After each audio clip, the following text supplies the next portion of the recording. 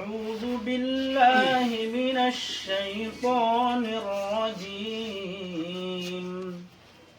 بسم الله الرحمن الرحيم.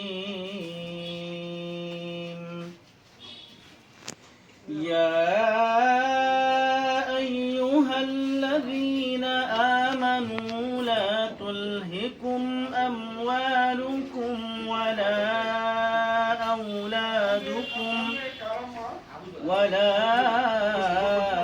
أولادكم عن ذكر الله ومن يفعل ذلك فأولئك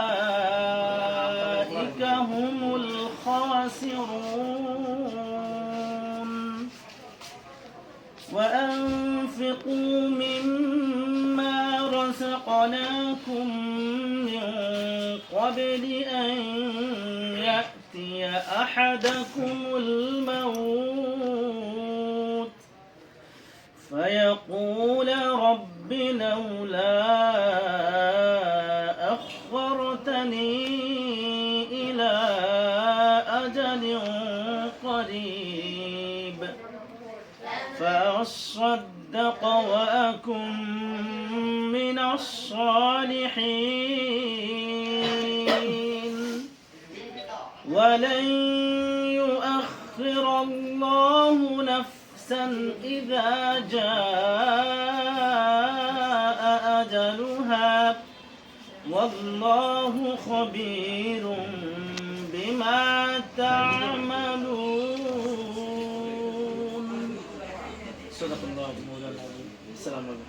আমাদের সামনে 2024-এর কোন অভ্যুত্থানে যারা শহীদ হয়েছে, 1971 সালে যারা শহীদ হয়েছে এবং আমাদের বাবা মা ভাই বোন আত্মীয় স্বজন যারা শহীদ হয়েছে তাদের রুহের মাগফিরাত কামনা করে সকলে আমরা সূরা ফাতিহা পাঠ করলাম, সূরা ইখলাস পাঠ করলাম।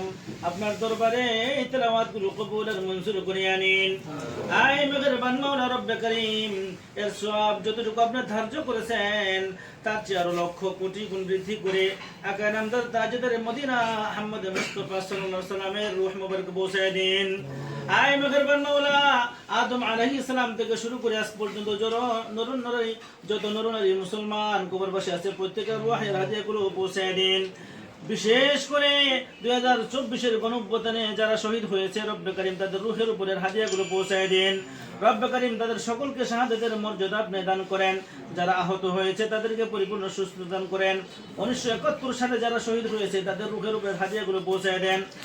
আমাদের বাবা মা দাদা দাদি নানা নানি আত্মীয় স্বজন পাড়ার প্রতিবেশী বন্ধু বান্ধব যারা ইন্তেকাল করেছে তাদের রূহের উপরের হাদিয়াগুলো পৌঁছায় দেন। রব্বে করিম আমাদের দেশকে স্বৈরাচারী মুক্ত করেন।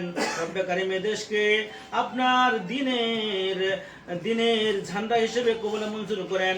রব্বে করিম দিনের জন্য এই দেশকে আপনি কবুল করেন, ইসলামের জন্য কবুল করেন।